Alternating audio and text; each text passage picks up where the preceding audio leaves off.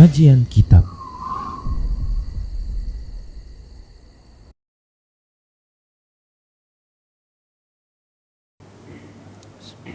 Assalamualaikum warahmatullahi wabarakatuh. Innal hamdalillah nahmaduhu wa nasta'inuhu wa nastaghfiruh wa na'udzu billahi min shururi anfusina wa sayyiati a'malina. May yahdihillahu fahuwal muhtadi wa may yudlil falan tajida lahu waliyyan mursyida. Asyhadu an la ilaha illallah wahdahu la syarika lah wa asyhadu anna Muhammadan 'abduhu wa rasuluhu alladzi la nabiyya ba'dah. Wa qala Allah subhanahu wa ta'ala ya ayyuhalladzina amanu taqullaha haqqa tuqatih wa la tamutunna illa wa antum muslimun. Ya ayyuhalladzina amanu taqullaha wa qulu qawlan sadida yuslih lakum a'malakum wa yaghfir lakum dhunubakum wa may yuti'illaha wa rasulahu faqad faza fawzan 'azima.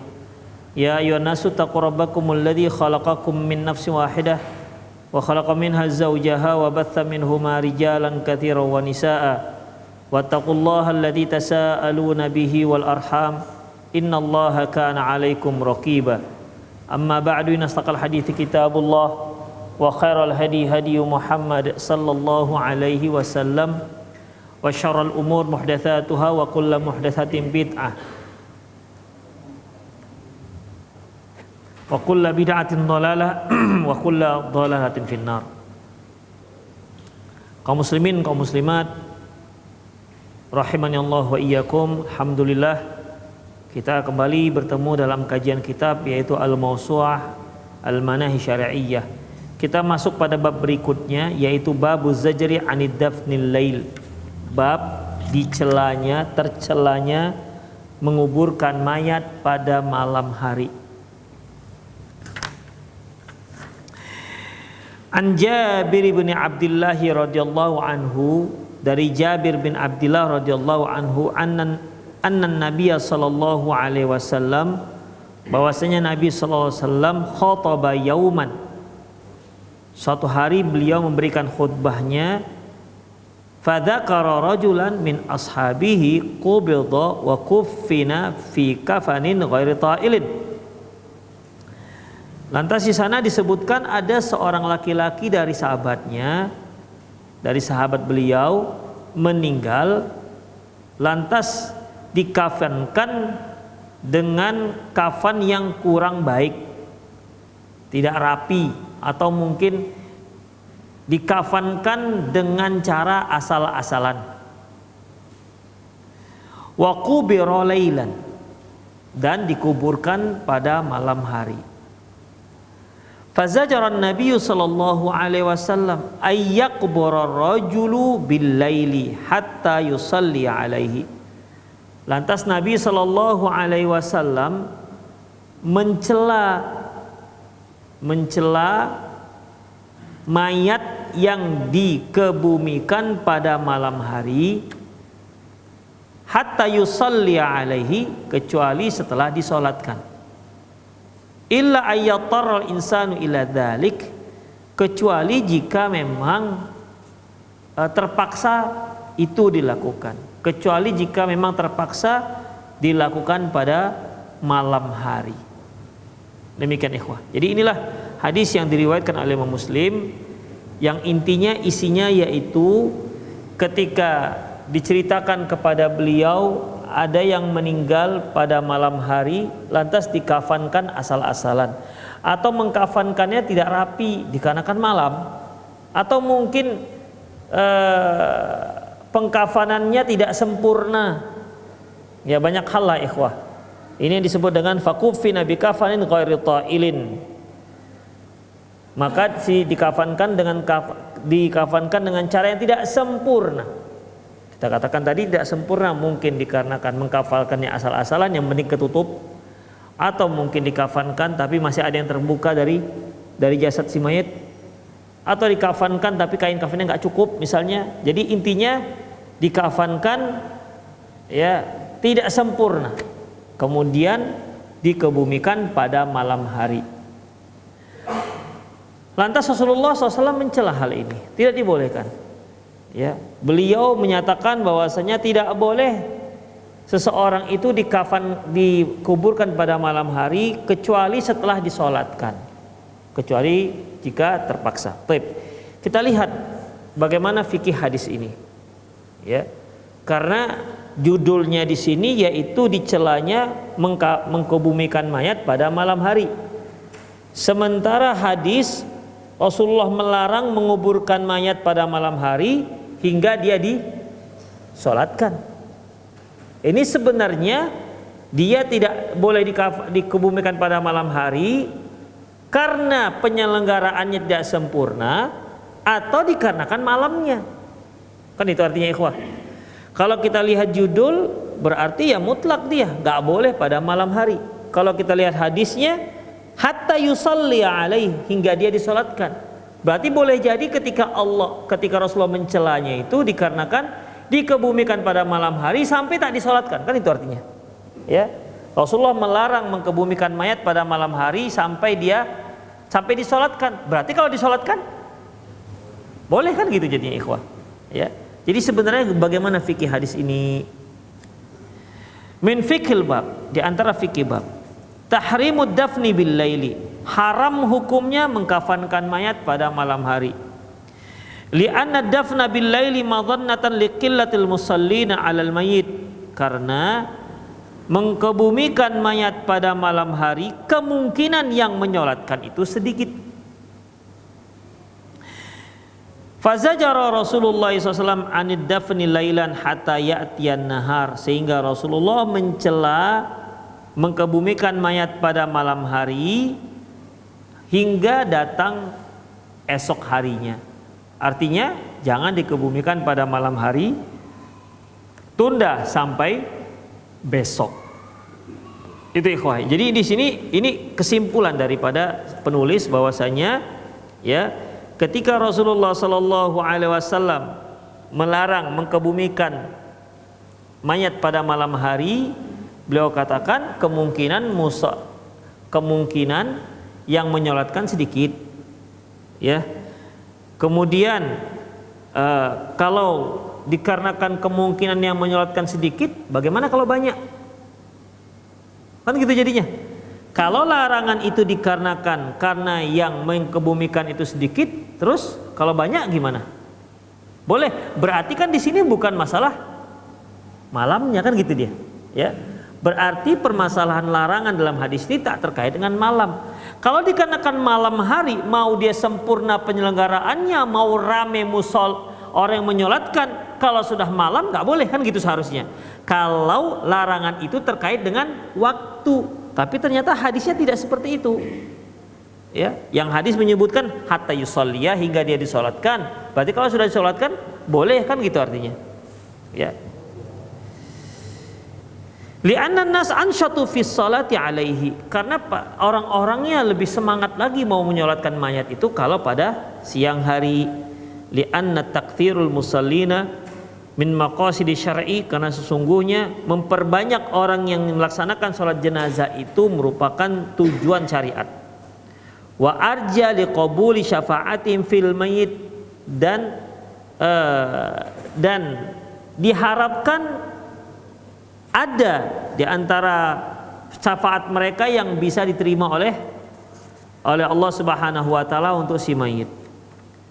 Wa kadzalika fil laili yukhsha ridaatil kafani. Oleh demikian juga kalau dikebumikan pada malam hari, jika diselenggarakan pada malam hari, dikhawatirkan nanti pengkafanannya tak sempurna atau asal-asalan. Li'annahu la yatabayyana bil lail, karena itu tidak jelas dikarenakan malam hari gelap. Kalau sekarang Pak ada lampu gimana? Ya kan? Kalau sekarang ada lampu, dengan adanya lampu yang terang benderang, orang bisa mengkafankan dengan cara sempurna. Demikianlah pertanyaan besar terhadap judul. Demikian ikhwah. Wa qala an-Nawawi fi syarhi Sahih Muslim, berkata Imam Nawawi dalam kitab Syarah Sahih Muslim, wa amman nahyu anil qabri lailan laisa yusalli alaihi hatta yusalli alaihi, adapun larangan mengkebumikan jenazah pada malam hari hingga dia disolatkan, Faqila sababu anna dafna naharan yahduru katsirum minan nas wa yusalluna alaihi. Ada yang mengatakan sebab dilarangnya mengkebumikan pada malam hari karena kalau dikebumikan pada siang hari, orang-orang akan banyak berkumpul dan juga akan banyak yang menyolatkan. Wala yahduru fil laili idza afrada, dan tentunya hal itu tidak akan dijumpai jika dilakukan pada malam hari. Demikian ikhwah. Berarti di sini sebabnya bukan dikarenakan sebab malamnya, tapi dikarenakan sebab eksternal yang lainnya. Coba kita perhatikan, kalau dikatakan dilarangnya mengkebumikan mayat pada malam hari dikarenakan nanti orang-orang yang sholat yang datang sedikit. Nah, terus gimana kalau seandainya yang banyak? Seperti misalnya kalau di Madinah itu ba'da sholat maghrib ada yang meninggal, dikebumikan pada malam hari. Yang nyolatkan rame enggak? Ramenya minta ampun pun. Rame minta ampun. Demikian juga di Mekah ya, banyak menyolatkan, banyak. Berarti kan permasalahannya bukan waktu. Permasalahannya adalah masalah eksternal, bukan waktu. Kalau alasannya karena sedikit, ya sedikit yang menyolatkan, ya kalau banyak berarti boleh. Nah, begitu ikhwah. Ya. Kita lanjutkan. Wa qila li'annahum kanu yaf'aluna dzalika bil-laili lirada'atil kafani. Ada juga yang mengatakan mengapa Rasulullah melarangnya mengkebumikan jenazah pada malam hari, dikarenakan jika pada malam hari mereka mengkafankan ataupun menyelenggarakan jenazah, mereka akan melakukannya dengan cara tak sempurna dan mengkafankan dengan cara tak sempurna. Itu ikhwah. Fala yatabayyanu fil lail, enggak jelas apa yang mereka kerjakan pada malam hari dikarenakan apa? Gelap. Wa yu'ayyiduhu awal hadis wa akhiri, dan ini bisa dikuatkan dengan apa yang disebutkan dalam di hadis yang pertama dan yang terakhir. Jadi ikhwah, oke, dikarenakan gelap.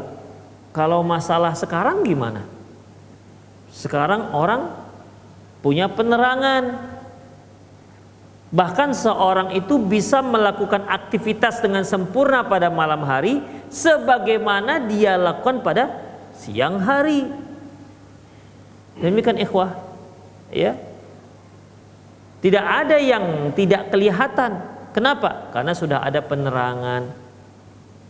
Kalau alasannya dikarenakan jika dikerjakan pada malam hari tidak jelas. Itu ikhwah. Qala al-qadhi, berkata qadhi, al-illatani sahihatan. Dua sebab larangan ini benar adanya. Wadh-dhahir, maksudnya dua sebab ini, pertama apa tadi? Sebab dilarangnya. Sedikit yang menyolatkan. Yang kedua, tidak sempurna penyelenggaraan. Jadi kata qadhi, dua sebab ini itu sebab yang benar, kata beliau. Wadh-dhahir anna Nabi sallam qasadahuma ma'an. Tapi zahirnya Rasulullah maunya, tujuan beliau ya dua-dua. Ya. Yang menyolatkan banyak dan penyelenggaraannya sempurna. Itu kata al-qadhi. Nomor dua, yajuzu dafnil laila idza tarru lidzalik. Boleh dikebumikan pada malam hari jika hal itu terpaksa dilakukan. Jika hal itu terpaksa dilakukan. Bisyartis salati alaihi, dengan syarat dia tetap disolatkan.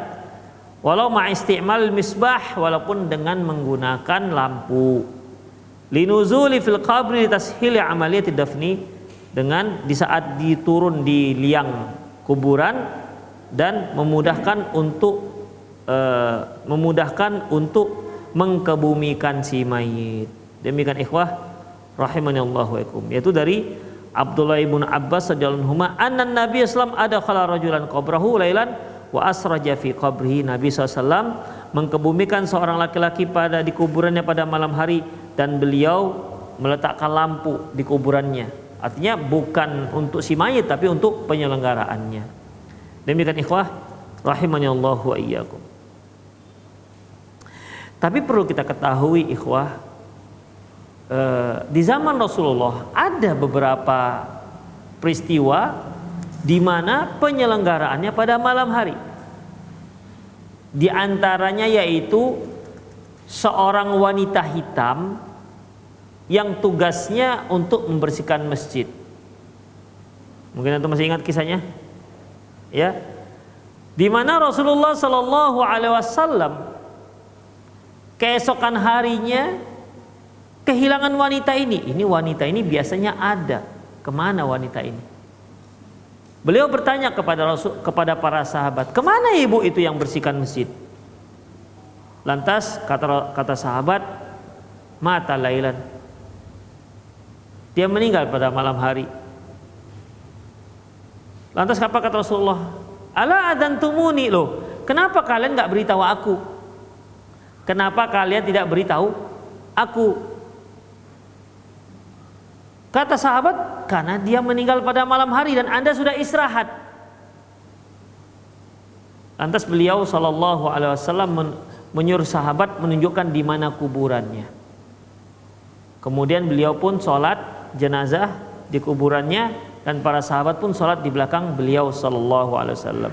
Di sini Rasulullah tak sama sekali mencela. Ya, tak sama sekali mencela.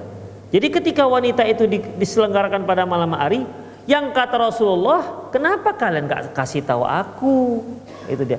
Seandainya itu perbuatan tercela, tentunya akan diingatkan Rasulullah. Kenapa kalian kebumikan malam hari? Tunggulah besoknya, kan begitu seharusnya kan? Kalau memang tidak dibolehkan dikebumikan pada malam hari kecuali kalau terpaksa. Demikian ikhwah, itu satu. Ada seorang wanita yang tinggalnya di pinggir kota Madinah. Rasulullah pernah menjenguk wanita ini. Dan tetangga-tetangga wanita ini selalu datang ke Masjid Nabawi. Rasulullah selalu tanya, gimana dengan ibu itu, sudah sehat? Belum ya Rasulullah. Hingga suatu hari, suatu malam, kata Rasulullah, kalau wanita ibu itu meninggal, kasih tahu aku biar aku sholatkan. Kata Rasulullah kepada tetangga-tetangga ibu ini. Ternyata ibu itu meninggalnya pada malam hari. Dibawalah dia dari pinggir kota Madinah ke Masjid Nabawi. Tujuannya apa? Supaya disolatkan oleh Nabi. Karena kan Nabi pesan, kalau dia meninggal kasih tahu aku biar aku solatkan. Ternyata meninggalnya pada malam hari. Sengaja dibawa ke Madinah supaya disolatkan. Ternyata pada waktu itu Rasulullah sudah tidur, sudah istirahat. Dan para sahabat tidak ingin mengganggu Rasulullah SAW, istirahat Rasulullah. Dan bersama jenazah wanita ini ada jenazah yang lain, sekaligus dibawa mereka supaya disolatkan oleh Rasulullah sekaligus. Ternyata qadarullah Rasulullah sudah tidur. Demikian, dan para sahabat tidak ingin mengganggu Rasulullah. Akhirnya mereka sholatkan, mereka selenggarakan dan mereka sholatkan dan mereka kafankan pada malam itu juga. Keesokan harinya Rasulullah kembali bertanya, gimana dengan ibu tetangga kalian, gimana kondisinya? Apa kata para sahabat? Tetangga si ibu sudah meninggal tadi malam ya Rasulullah. Sudah meninggal, kenapa nggak kasih tahu aku? Nah itu dia. Kenapa nggak dikasih tahu saya? Karena kan Rasulullah sudah pesan kalau dia meninggal kasih tahu supaya aku salatkan. Demikian. Ya Rasulullah, Anda sudah istirahat dan kami tidak ingin mengganggu istirahat Anda.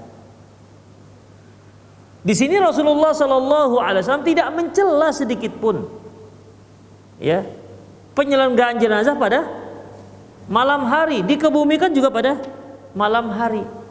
Demikian ikhwah rahimanallah wa iyyakum.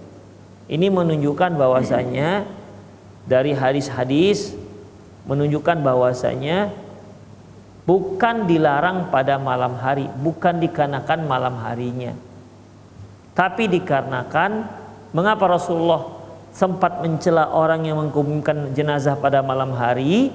Karena apa? Karena pernah gara-gara diselenggarakan pada malam hari tak disolatkan.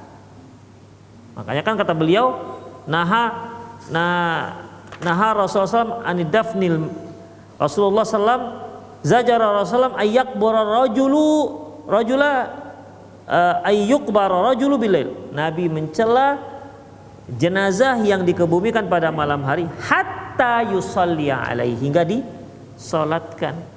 Berarti kalau dia sudah disolatkan, ya silakan boleh dikebumikan pada malam hari. Jadi kan ikhwah sangat jelas ya ceritanya, bahwasanya sebab dicelanya itu bukan dikarenakan malamnya, tapi dikarenakan tidak sempurnanya penyelenggaraannya. Dengan catatan, apabila ternyata penyelenggaraannya sempurna, ya nggak apa-apa. Sebagaimana wanita pembersih, tukang bersih cleaning service Masjid Nabawi, wanita yang sakit yang Rasulullah katakan kalau dia meninggal kasih tahu aku biar aku yang menyolatkan. Ternyata Rasulullah tidak mencela sedikit pun perbuatan para sahabat tersebut. Demikian. Dan hadis itu, kisah itu tidak bertentangan dengan hadis bab. Saya ulangi hadis babnya ya. Suatu hari Rasulullah SAW berkhutbah dan menyebutkan tentang seorang laki-laki yang meninggal, kemudian dikafankan dengan tidak sempurna, lantas dikuburkan pada malam hari. Nah, itu dia. Nampak kan? Lantas Rasulullah mencela jenazah yang dikuburkan pada malam hari hingga dia disolatkan, kecuali jika terpaksa. Jadi di sini ikhwah cocok dengan kisah-kisah yang lain. Tidak ada celaan terkait dengan waktu malam. Demikian ya. Kita lihat lagi. Amma ma warada min anna Nabi sallam dufina lailan. Adapun hadis yang menyebutkan bahwasanya Rasulullah dikebumikan pada malam hari, wa Abu Bakar juga dikebumikan pada malam hari, wa ba'du azwajihi SAW, dan demikiannya beberapa orang istri beliau juga dikebumikan pada malam hari. Fa ajaba Ibnu Hazmin fil mahallah, bahkan ikhwan dalam satu riwayat yang lain Umar juga dikebumikan pada malam hari. Berkata Ibnu Hazm, kullu man dufina lailan minhu sallallahu wa min azwaji wa min ashabi radhiyallahu anhu fa inna dzalika lidartu aujabat dzalik. Semua yang dikebumikan pada malam hari, baik Rasulullah maupun istri-istri beliau maupun sahabat-sahabat beliau, itu dikarenakan darurat yang harus dilakukan. Ya, yang darurat harus dilakukan. Permasalahannya apa daruratnya gitu dulu. Gak disebutkan apa daruratnya. Min khafil ziham, di antaranya takut nanti berdesak-desakan. Loh, kok takut berdesak-desakan? Bukankah semakin banyak yang menyolatkan semakin bagus? Jadi akhirnya kan bolak-balik ini ngomongnya. Ya, demikian ikhwah. Jadi di sini ya, min khafi jiham. Kenapa tadi disebutkan tidak dibolehkannya karena nanti yang nyolatkan sedikit. Nah, sekarang ini nggak disolatkan nggak siang hari tapi malam hari dikarenakan takut ramai. Demikian ikhwah. Au khafi li hari ala man hadar, atau dikhawatirkan nanti yang hadir itu kepanasan. Wa harul Madinah syadid, dan panas Madinah itu sangat dan udara Madinah itu sangat panas. Au khauf taghayyur, ataupun dikhawatirkan nanti jenazahnya berubah. Au ghairu dzalik mimma yubih dafnul lail, ataupun yang lainnya yang merupakan sebab dibolehkannya dikebumikan pada malam hari. La yahul ahad ayyadhunna bihim radhiyallahu anhum khilaf dzalik. Tentunya kita enggak boleh mengira bahwasanya mereka para sahabat melakukan itu karena menyisi sunnah. Tentu tidak demikian ikhwah. Makanya ikhwah, jumhur ulama mengatakan bahwasanya boleh pada malam hari. Tapi di sini Syekh Salim bin Aid Halilali menyatakan ya seperti yang kita sebutkan tadi, gak boleh pada malam hari dikebumikan kecuali kalau terpaksa. Tapi mayoritas para ulama menyatakan bahwasanya boleh selama penyelenggaraannya sempurna. Ya, selama penyelenggaraan sempurna. Dan kalau kesimpulan ini kita ambil, itu cocok dengan semua kisah-kisah yang pernah dikebumikan pada malam hari. Demikian juga kisah Rasulullah dikebumikan pada malam hari. Kan nggak disebutkan kenapa dikebumikan pada malam hari, kan disebutkan kenapa-kenapanya. Berarti ya sudah, berarti boleh. Kenapa Abu Bakar dikebumikan pada malam hari? Nggak disebutkan kenapanya, berarti ya sudah, zahirnya boleh. Gitu. Demikian juga jenazah Umar, demikian juga jenazah istri-istri Rasulullah SAW. Nggak disebutkan kenapa mereka dikebumikan pada malam hari. Zahirnya berarti boleh, nggak ada masalah selama penyelenggaraannya iya sempurna. Demikian ikhwah. Beda halnya kalau kenapa nggak dikebumikan pada malam hari? Takut masuk kuburan. Itu lagi cerita. Ya, lagi cerita. Nggak ada yang mau ngantar kalau ke kuburan, kalau kita kebumikan pada malam hari. Demikian. Begitu masuk kuburan dah pada takut. Apalagi dengar suara.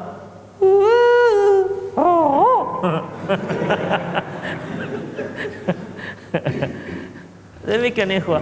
Ya kalau takut lagi ceritanya. Kalau takut nggak akan ada yang mau mengerjakan. Apalagi masuk ke liang kuburan malam-malam, coba.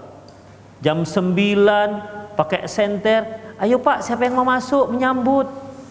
Bawaannya macam dia aja mau mati udah. Takut. Kalau takut lagi cerita. Kalau takut berarti nggak ada yang mau ngerjakan. Atau gara-gara takut asal-asalan, yang penting keluar begitu kan. Asal-asalan meletaknya. Demikian ikhwah, asal-asalan mengkebumikannya. Ya, kalau seperti ini lain lagi ceritanya. Berarti bukan karena malamnya. Siang hari pun kalau penakut ya tetap penakut ikhwah. Ya, siang hari penakut tetap penakut. Ya, siapa yang mau masuk ke dalam? Tengok, nggak ada yang berani. Pak Ustadz lah. Saya sama, gitu kan. Kalau dikatakan saya sama, takut juga misalnya. Seolah-olah dia sudah masuk alam barzakh kalau masuk kuburan itu misalnya. Ya berarti masalahnya kalau udah masalah takut dan lagi cerita. Ya, demikian ikhwah rahimani Allah wa iyyakum, ya. Jadi kalau kita lihat baik hadis bab ini maupun kisah-kisah yang terjadi pada zaman Rasulullah yang dikebumikan pada malam hari di mana Rasulullah tidak mencelanya sedikit pun, maka menunjukkan bahwasanya boleh. Adapun Rasulullah yang pernah mencela pengkebumian pada malam hari itu bukan dikarenakan malamnya, tapi dikarenakan ada yang dikebumikan tak disolatkan dulu, ada yang dikebumikan tapi dikafankan dengan cara yang tidak sempurna. Itulah sebabnya, dan itu memang zahir hadis, ya, memang itulah zahir hadisnya. Demikian ikhwah. Jadi bukan dikarenakan apa tadi? Malamnya.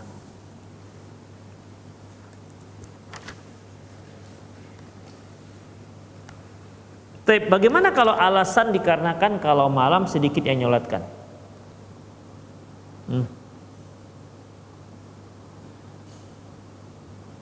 Ya, Allahu a'lam bissawab. Ini juga kurang bisa diterima. Kalaulah seandainya dikarenakan alasan banyak yang menyolatkan, sholatkan aja 3 hari ke depan.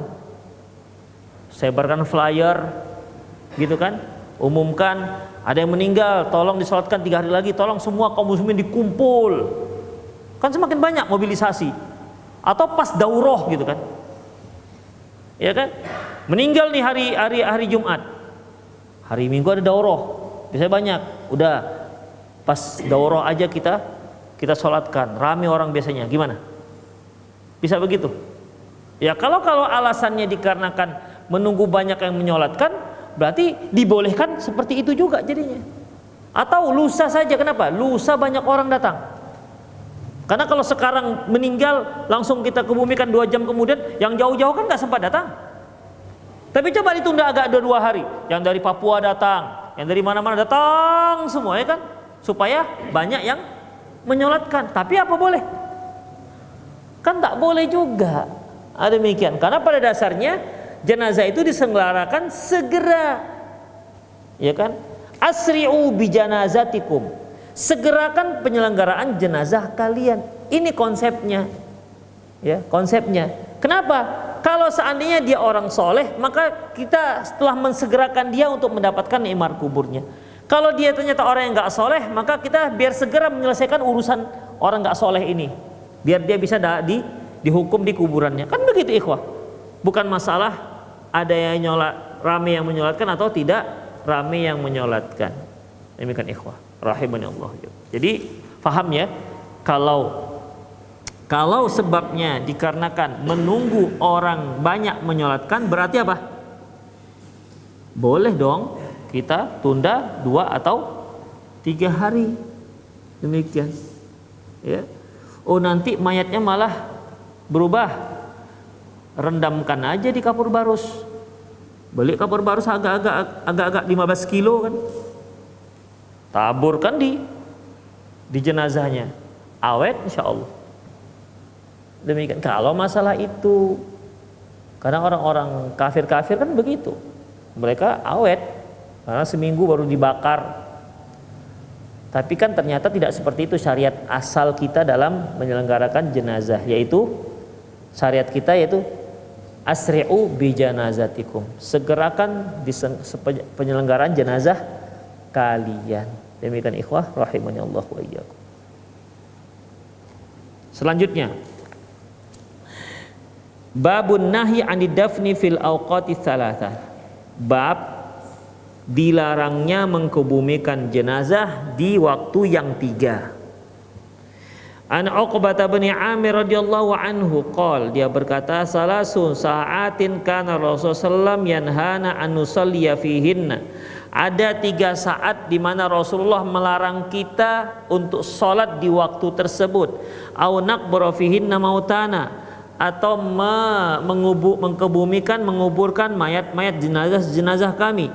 Kapan itu? Hina tatlu'us syams bazighah hatta tartafi', yaitu ketika matahari mulai terbit hingga dia tinggi. Mulai terbit itu begini. Ya. Ini matahari. Ya. Ini ufuk. Ya, ini ufuk. Begitu mulai, kok sompel. Matahari jangan sompel. Begitu matahari terbit, nampak set. Nampak kan, udah nampak, udah mulai ngintip dia. Maka ketika itu tidak dibolehkan sholat. Matahari terus sampai dia tinggi, baru boleh sholat. Jadi ketika dia sedang terbit, ini nggak boleh sholat. Nggak boleh sholat apapun. Ya, kecuali sholat yang tidak ada kaitannya dengan waktu, kaitannya dengan sebab. Itu pun para ulama berbeda pendapat. Seperti sholat tahiyat masjid misalnya, tetap aja ada yang mengatakan nggak boleh. Demikian. Jadi ketika dia terbit, ini nggak dibolehkan. Hatta tartafi'a, sampai dia terangkat, nampak semua, baru boleh sholat. Sama ketika Rasulullah SAW kesiangan bersama para sahabat dan terbangun di saat matahari sedang terbit. Rasulullah katakan, irtahilu, ayo kita lanjutkan perjalanan. Setelah matahari tinggi, baru Rasulullah berhenti dengan sahabat yang lain dan sholat subuh. Wa hina yaqumu qa'imuniz zahirati hatta tamila syams, dan di saat matahari tepat di tengah-tengah. Ya, nomor 2, di saat matahari tepat tengah-tengah, hatta tamila, hingga dia tergelincir, set, miring sedikit. Ya, kalau seandainya inilah dia berupa benda, maka ketika berada di atas, berarti bayangannya tepat di bawah benda ini, tanda dia di atas. Tapi ketika dia sudah, matahari sudah sedikit kemari, kan muncul nih bayangan sebelah kiri, ya kan, muncul bayangannya. Ketika muncul bayangan di sebelah di sisi kiri atau kanan, maka itu berarti matahari sudah tergelincir. Maka saat itu sudah boleh untuk disolatkan, sudah boleh untuk sholat, dan sudah boleh menyolatkan jenazah ataupun menguburkan jenazah. Ya, ketika matahari sudah tergelincir, berarti itu masuk sholat zuhur. Kalau tengah-tengah nggak dibolehkan. Wa hina tadhifu syamsu lil ghurubi hatta taghruba, dan ketika matahari mau terbenam hingga terbenam betul. Nah, ini matahari nih. Kalau masih segini masih boleh sholat. Ya. Ketika dia mulai terbenam, udah mulai terbenam nih, maka kita tidak boleh lagi sholat. Terus tak boleh sampai habis, baru boleh sholat. Itulah sholat maghrib. Itu dia. Jadi ada 3 waktu di mana tidak boleh seorang muslim sholat di sana di waktu itu, yaitu ketika matahari sedang terbit, ketika matahari pertengahan langit sampai dia tergelincir, dan ketika matahari sedang terbenam hingga terbenam seluruhnya. Itulah ikhwah rahimani Allah wa iyyakum. Min fiqhil bab, di antara fikih bab. La yajuzu dafnul mauta fi hadhihi sa'ati salasati illa lid-darurat. Tidak boleh mengkebumikan mayat pada 3 waktu ini kecuali darurat.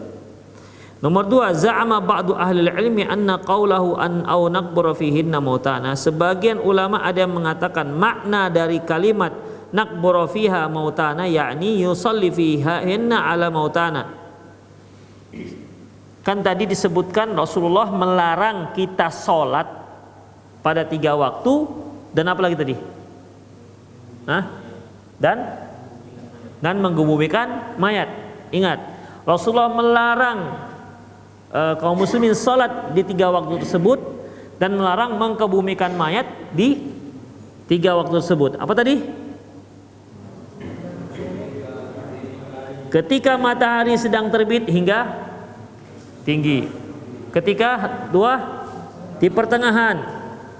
Ketiga, ketika matahari sedang terbenam hingga terbenam habis, maghrib. Ada demikian ikhwah. Baik, disitulah tidak boleh kita sholat, dan tidak boleh apa tadi? Satu lagi, menguburkan jenazah. Baik. Sebagian ulama ada mengatakan makna daripada larangan kita menguburkan jenazah, maksudnya adalah larangan kita menyolatkan jenazah. Jadi dia takwil. Jadi anak buro, kita menguburkan mayat, kita dilarang menguburkan mayat, maksudnya menyolatkan mayat. Jauh kali antara menguburkan mayat dengan diartikan dengan menyolatkan mayat. Wa hadza ta'wilun ba'idun la yahtamiluhu lughah wala syara'. Ini jelas makna yang jauh. Ya. Ini takwil tafsir yang jauh sekali. Tidak ada bahasa Arab yang mengartikan seperti itu, dan tidak ada syariat mengatakan seperti itu. Jadi anak buro menguburkan diartikan anusalliya, kan beda. Enggak ada menguburkan artinya menyolatkan. Iya, menyolatkan, menguburkan. Demikian. Jadi maksud para ulama kenapa yang meyakini makna ini, supaya apa? Supaya yang dilarang itu hanya sholatnya saja. Makanya ditakwillah dilarang menguburkan mayat, artinya dilarang menyolatkan mayat. Ini jelas pengartian yang keliru, baik dari sisi bahasa Arab maupun sisi istilah syariat. Berkata Nawawi dalam kitab Sahih Muslim, qala ba'dhum annal muradu bil qabri satu janazah huwa dhaif. Sebagian orang ada yang mengatakan bahwasanya makna menguburkan mayat yaitu menyolatkan mayat, dan ini jelas makna yang sangat lemah. Wa qala syekhuna fi ahkamil janais, berkata syekh kami dalam kitab Ahkamul Janais. Siapa syekhnya ini? Syekh Nasruddin Al-Albani. Dalam kitab Ahkamul Janais ini, kitab Ahkamul Janais kitab yang memang ditulis oleh Syekh Al-Albani. Wa minat ta'wilatil ba'idati balil batilah, di antara makna yang jauh dan bahkan batil, yaitu sebagian orang mengatakan an-naqburu ay an-nusalliya, yaitu mengartikan menguburkan artinya menyolatkan. Qala Abul Hasan As-Sindi, berkata Abul Hasan As-Sindi, wala yakhfa annahu makna ba'idun. Tidak disangsikan lagi, itu jelas makna yang sangat jauh. Masa dilarang menguburkan artinya dilarang menyolatkan? Enggak ada dalam bahasa Arab itu. Wala yansaqu ilaihi dhihnu min adzafil hadis. Bahkan bahkan terbeti pun tidak itu maknanya. Ya. Ini tentunya bagi orang yang ngerti bahasa Arab lah ya. Terbeti pun tidak ada. Wa qala ba'dhum yuqalu qabruhu idza dufina.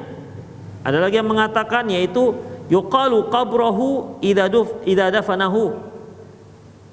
Dikatakan menguburkan artinya mengkebumikan. Wala yuqalu qabruhu idza shalla alaihi, dan enggak boleh kita katakan qabarahu menguburkan artinya menyolatkan, enggak bisa. Wal aqrab anal hadisu yamilu ila qali Ahmad wa ghairihi anna dafna makruhun fi hadzal awqat. Dan yang pendapat yang paling dekat menurut Syekh Albani rahimahullah bahwasanya seperti pendapat Imam Ahmad dan lain-lainnya bahwasanya mengkebumikan di 3 waktu ini hukumnya makruh.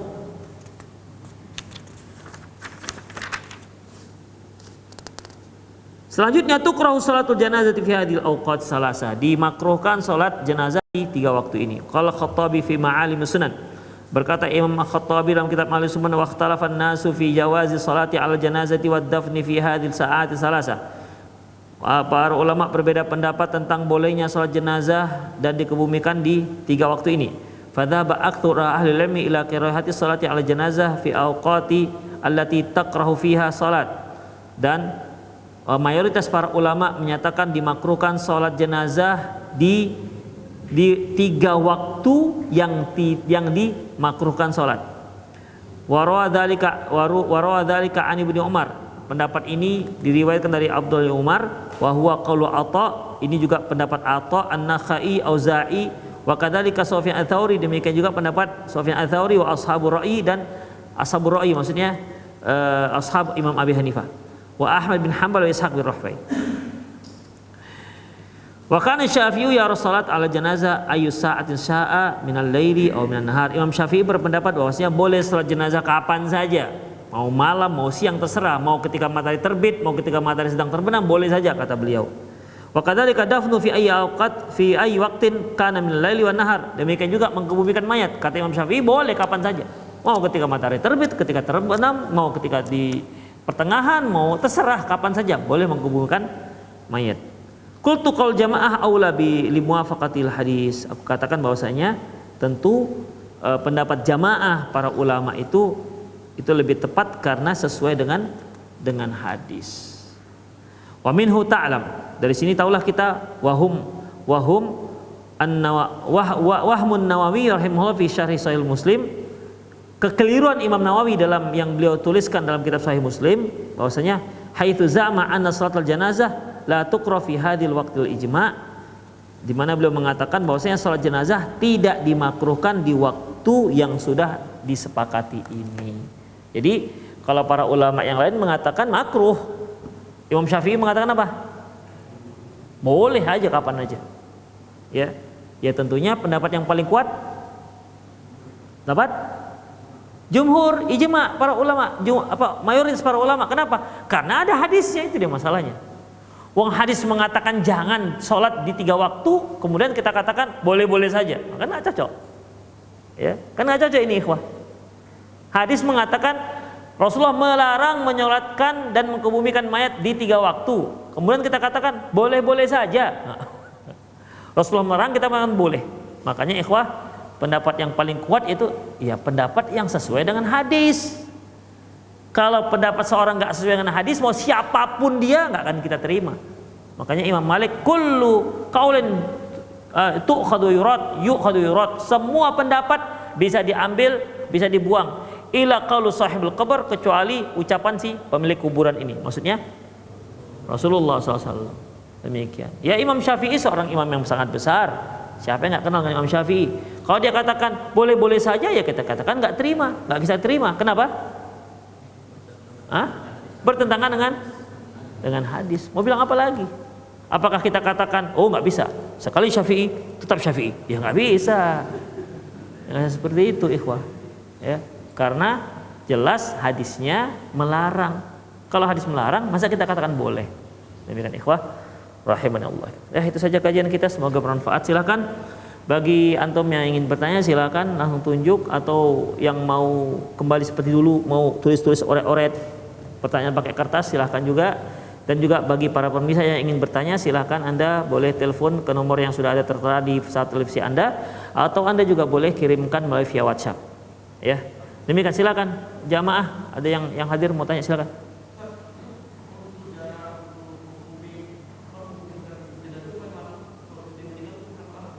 Nggak ada jaraknya, segerakan saja.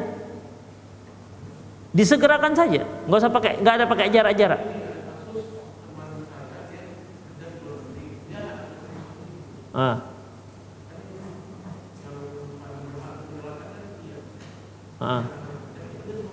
Nggak bisa, nggak paling berhak.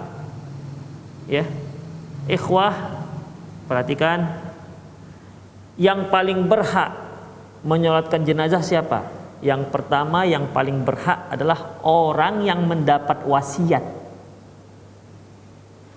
Orang yang mendapatkan wasiat dari si mayat. Kalau saya meninggal nanti, maka kamulah yang menyolatkan. Seperti Aisyah radhiyallahu anha berwasiat, kalau saya meninggal, dia berwasiat kepada Abu Hurairah yang menyolatkan. Maka jika di sana ada wasiat, maka orang yang mendapat wasiatlah lebih berhak menyolatkan ketimbang yang lain. Yang kedua, yaitu para ulatul umur, pemerintah setempat. Ya, pemerintah setempat. Kalau tidak ada yang mewasiatkan, maka pemerintah setempat. Ya, kalau misalnya di situ hadir Kepling misalnya, maka Kepling yang lebih berhak untuk menyolatkan. Nah, itu kalau sanggup tentunya, ya kan? Kalau di atas Kepling hadir misalnya, yang di atas Kepling apa atas Kepling? Kok camat langsung? Lurah, kepala desa. Ya. Pertama kadus. Di bawah kadus ini kan RT RW. Di atas RT RW kepala dusun atau Kepling kita bilang, kepala lingkungan. Di atas kepala lingkungan kepala desa, di atas kepala desa camat, di atas camat wali kota, di atas wali kota gubernur, di atas wali gubernur presiden. Jadi siapa yang paling tinggi, maka mereka yang lebih berhak untuk menyolatkan. Itu ikhwah. Nah, permasalahannya umumnya para wulatul amri, pemerintah, mereka tidak mau menyolatkan. Dia lebih menyerahkan kepada keluarga. Kalau pemerintah tidak bersedia untuk menyolatkan, maka siapa yang lebih utama lagi? Yang lebih utama yaitu sebagaimana yang dirojakan oleh Syekh Al-Albani rahimahullah, yaitu aqra'ukum bi kitabillah, yang paling banyak hafalannya terhadap kitabullah. Baru kemudian kerabat. Jadi kerabat itu terakhir sebenarnya. Ya. Kerabat itu sebenarnya yang terakhir. Demikian ikhwah. Memang mazhab Imam Syafi'i mengatakan bahwasanya yang lebih berhak yaitu yang ada hubungan rahim, dengan dasar wa ul arhami ba'dhum aula bi ba'dhin fi kitabillah, dan yang orang-orang yang paling berhak yaitu orang-orang yang ada hubungan rahim dengan si mayat. Maka kita katakan ini ayat sangat umum terkait dengan misalnya perbuatan baik kita. Tapi kalau untuk sholat Rasulullah sudah beri ketentuan, fal ya ummukum aqra'ukum bi kitabillah. Hendaklah yang mengimamkan kalian yaitu yang paling banyak hafalannya, yang paling pandai membaca Al-Qur'an. Itu yang sholat. Bukankah jenazah juga sholat? Demikian ikhwah. Jadi kurang tepat kalau dia artikan si anak lebih berhak untuk menyolatkan. Begitupun kalau kita ambil mazhabnya Imam Syafi'i, maka kalau si anak ditunggu, maka akan terjadi penundaan, dan ini nggak dibolehkan. Ya, nunggu anaknya dari mana? Dari Birmingham misalnya, London. Kapan sampainya? Baru ngurus PCR. Kan gitu sekarang. Baru ngurus PCR. Kamu keluarnya 24 jam atau 12 jam, nunggu lagi 12 jam, malam baru keluar. Demikian ikhwah. Kan gitu sekarang, nggak bisa main berangkat aja. Demikian. Terus sampai Indonesia, diapain dia? Karantina lagi, Di karantinanya lagi terus nunggu. Demikian, nggak sholat jadinya. Demikian ya. Ada lagi silakan. Ya.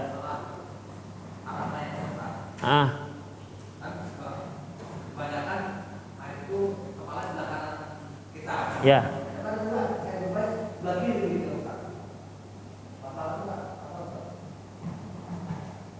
Begini ikhwah. Ya. Sebentar.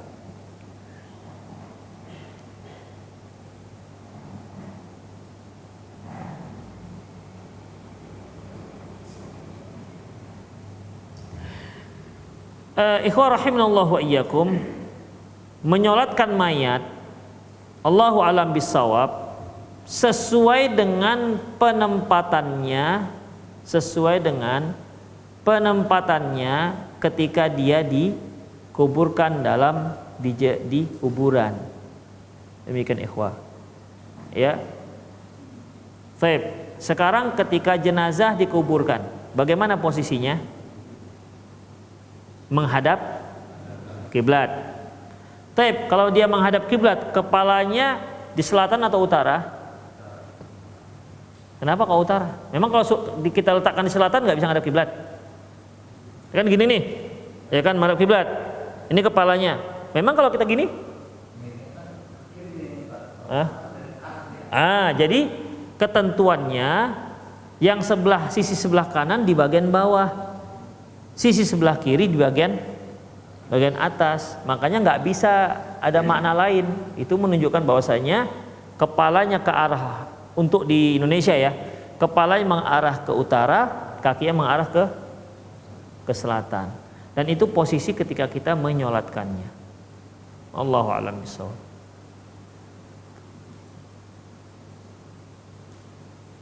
Terus apakah sah salatnya kalau terbalik posisinya? Gimana kira-kira? Sahkah salatnya kalau terbalik posisinya? Ke sana kepalanya? Sah. Kalau salah meletakkan posisi jenazah dalam kuburan, sudah dikebumikan, salah tadi, gitu. Bisa dikorek lagi. Sah. Ya, udah sah. Pengkuburan sudah sah. Demikian. Jadi batal ini. Batal, harus diulang lagi. Mau korek lagi.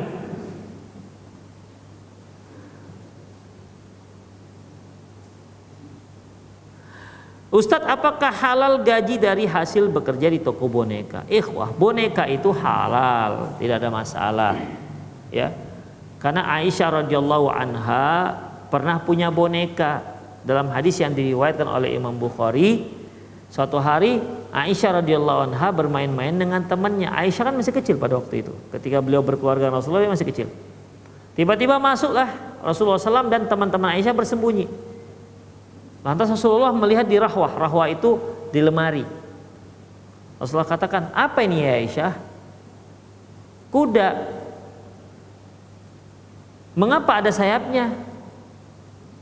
Hal faras fi janahan. Apakah kuda itu ada dua sayapnya? Apa kata Aisyah? Ama ta'rif annal farasa li Sulaiman lahu janahan? Tidakkah engkau tahu kalau kudanya Nabi Sulaiman memiliki dua sayap? Nah, itu. Dari sinilah ikhwah rahimanallahu wa iyyakum, bahwasanya boneka-boneka bentuk hewan ataupun manusia itu dibolehkan. Ya, itu dibolehkan selama itu memang untuk mainan anak. Karena kalau seandainya dia bukan untuk mainan, nanti jadinya dimuliakan, dijadikan pajangan di lemari tamu. Ini nggak boleh.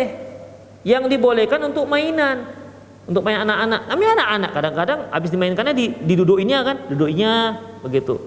Kadang-kadang disusuinnya, lama-lama diempaskannya gitu. Tapi kok mainan.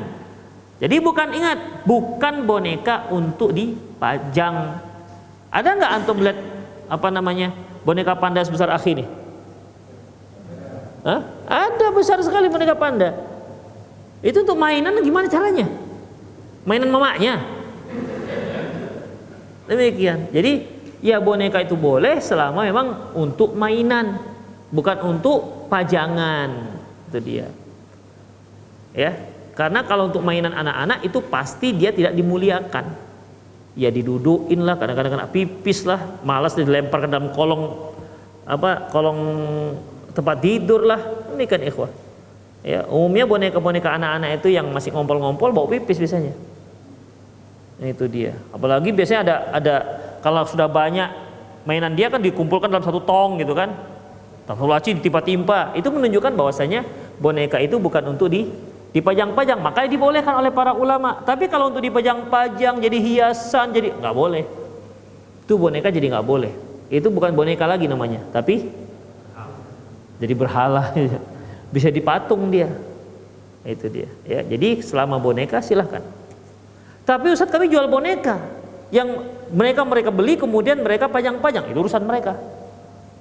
Karena ini kan boneka emang gunanya untuk mainan, bukan untuk dipajang-pajang. Demikian ikhwah rahimanallah. Jadi boleh. Ada lagi para ulama yang berpendapat yang dimaksud boneka hewan itu bukan bentuknya sempurna seperti boneka, tapi hanya sekedar simbol-simbol. Bulatan badannya, tambah bulatan di atas kepalanya, gitu. Itu kata mereka yang tidak dibolehkan. Jadi bukan betul-betul bentuk ada hidungnya, apalagi kalau boneka Barbie. Ya kan, ada maskaranya malahan, lipstiknya, bentuknya pun masya Allah, ya kan. Kemudian kalau yang dari barat sana kan dipakaikan pakai bikini, sampai ke Arab dipakaikan jilbab. Demikian. Ya kan, itu persis sekali seperti wanita dan kecil. Boleh nggak? Nggak masalah, asalkan untuk mainan. Demikian. Allahu a'lam bishawab. Lagi? Jadi halal ya akhlak. Insyaallah nggak apa-apa. Ada lagi yang tanya langsung? Ya silakan.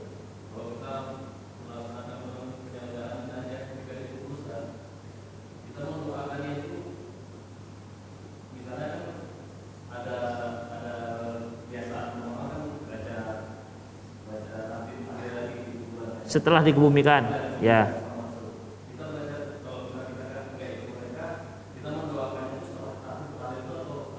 Enggak, setelah dikebumikan, sudah selesai pengkebumiannya.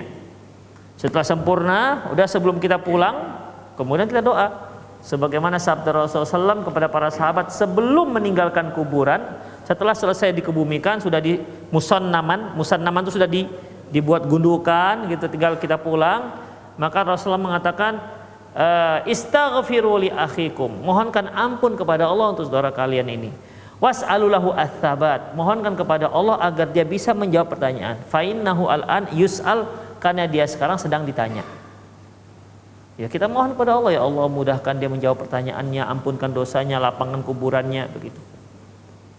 Ya, kalau antum menunggu tahtim tahlil itu 2 jam setengah juga itu. Iya. Kemudian antum berdiri, dia duduk. Kan tikar itu, Bay, digelar tikar kan, tikar yang biasanya digunakan untuk jenazah. Demikian ikhwah. Jadi langsung setelah selesai dikebumikan, sudah sempurna, baru kita doakan. Bismillah. Assalamualaikum warahmatullahi wabarakatuh. Ustaz, lebih afdal yang mana?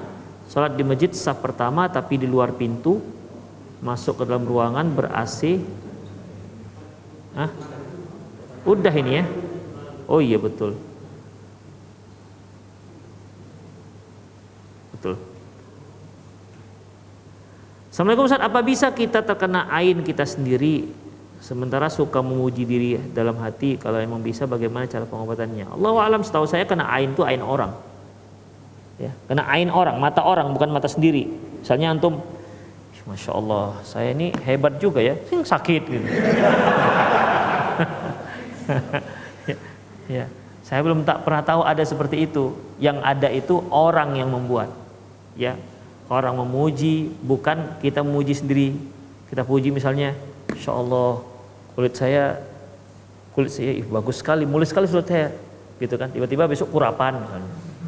Ya, tahu saya itu nggak ada. Yang ada orang lain, ya, orang lain yang melakukan. Mana yang lebih afdol, iktidal, apakah bersedekap atau tidak, dan mana yang Ustadz ikuti? Saya mengikuti sedekap, iktidal itu sedekap. Ya, Saya mengikuti bahwasanya i'tidal itu sedekap. Mengapa demikian ikhwah? Karena ketidakadaan dalil ketika i'tidal itu apakah lurus ataupun sedekap. Coba antum cari. Tidak ada satupun dalil yang menunjukkan bahwasanya i'tidal itu irsal, luruskan tangan ataupun bersedekap. Tak ada. Demikian. Jadi kan berarti tidak disebutkan kemana posisi tangan. Kalau diartikan bahwasanya kembalikan ke hukum asal. Kembalikan ke hukum asal. Taib, ikhwah, kita kembalikan ke hukum asal. Kalau tidak ada dalil kita kembalikan ke hukum asal. Hukum asalnya yang dimaksud adalah sebelum sholat kah atau setelah masuk sholat? Kalau yang kita maksudkan karena nggak ada dalil maka dikembalikan hukum sebelum sholat, berarti tidak harus lurus, ya kan? Namanya juga di luar sholat, boleh begini, atau namanya juga di luar sholat. Kalau dikembalikan karena nggak ada hukum, dikembalikan ke asal usul hukum kita berdiri. Oke, dalam sholat apa luar sholat? Kalau di luar sholat banyak orang macam-macam. Ada yang begini dia, ya kan? Ada yang begini, macam-macam ikhwah. Jadi yang mana jadinya? Nggak jelas juga. Taib. Apakah kita kalau berdiri harus begini? Emang antum tentara harus begini? Coba antum ketika nengok teman lagi berdiri, coba tengok. Apakah? Kan enggak juga. Demikian. Taib. Apakah yang dimaksud adalah yaitu ketika sudah masuk sholat? Taib. Kalau ketika sudah masuk sholat berdiri ngapain? Gimana? Sedekap. Jadi lebih banyak pilihan yang mana? Kalau kita kembalikan sebelum sholat banyak kali pilihannya. Kenapa kok Anda memilih cuma lurus? Kemudian yang ketiga, adanya dalil umum dari Wa'il bin Hujur. Kana Rasulullah sallallahu alaihi wasallam idza kana qa'iman wada'al yumna 'alal yusra. Rasulullah itu kalau berdiri, beliau meletakkan tangan kanan di atas tangan kirinya. Berarti kalau berdiri, berarti setiap kali berdiri meletakkan tangan kanan di atas tangan kirinya. Oh, Ustadz, itu kalau setelah itu, kalau sebelum ruku, kalau setelah ruku enggak. Tapi bagaimana dengan salat gerhana? Mengapa setelah ruku masih sedekap? Salat gerhana kan 2 rukuknya. Kenapa setelah ruku masih sedekap? Seharusnya setelah ruku lurus sebagaimana kaidahnya. Demikian. Makanya saya cenderungnya kepada bersedekap ketika i'tidal. Itu yang paling jelas, yang paling dekat. Jadi khilafiyah ini, kalaupun Syekh Albani mengatakan dalam sifat salatnya ini bid'ah, pengklaiman ini bid'ah itu kurang tepat. Ya. Pengklaiman kurang tepat karena kalau kita katakan bersedekap ketika i'tidal itu bid'ah, berarti irsal lurus itu lebih bid'ah lagi karena nggak ada sama sekali dalilnya. Kalau bersedekap masih ada dalil umum, yaitu apabila beliau berdiri, beliau meletakkan tangan di atas tangan kiri. Demikian. Makanya kalau para ulama Saudi Arabia umumnya mereka bersedekap ketika i'tidal. Imam Masjidil Haram, Imam Masjid Nabawi, dan imam-imam yang lain mereka bersedekap ketika i'tidal. Yang mana yang Ustadz pilih? Aku pilih yang sedekap. Ada lagi yang nanya, silakan. Bis? Baik. Ada yang bertanya dari pemirsa?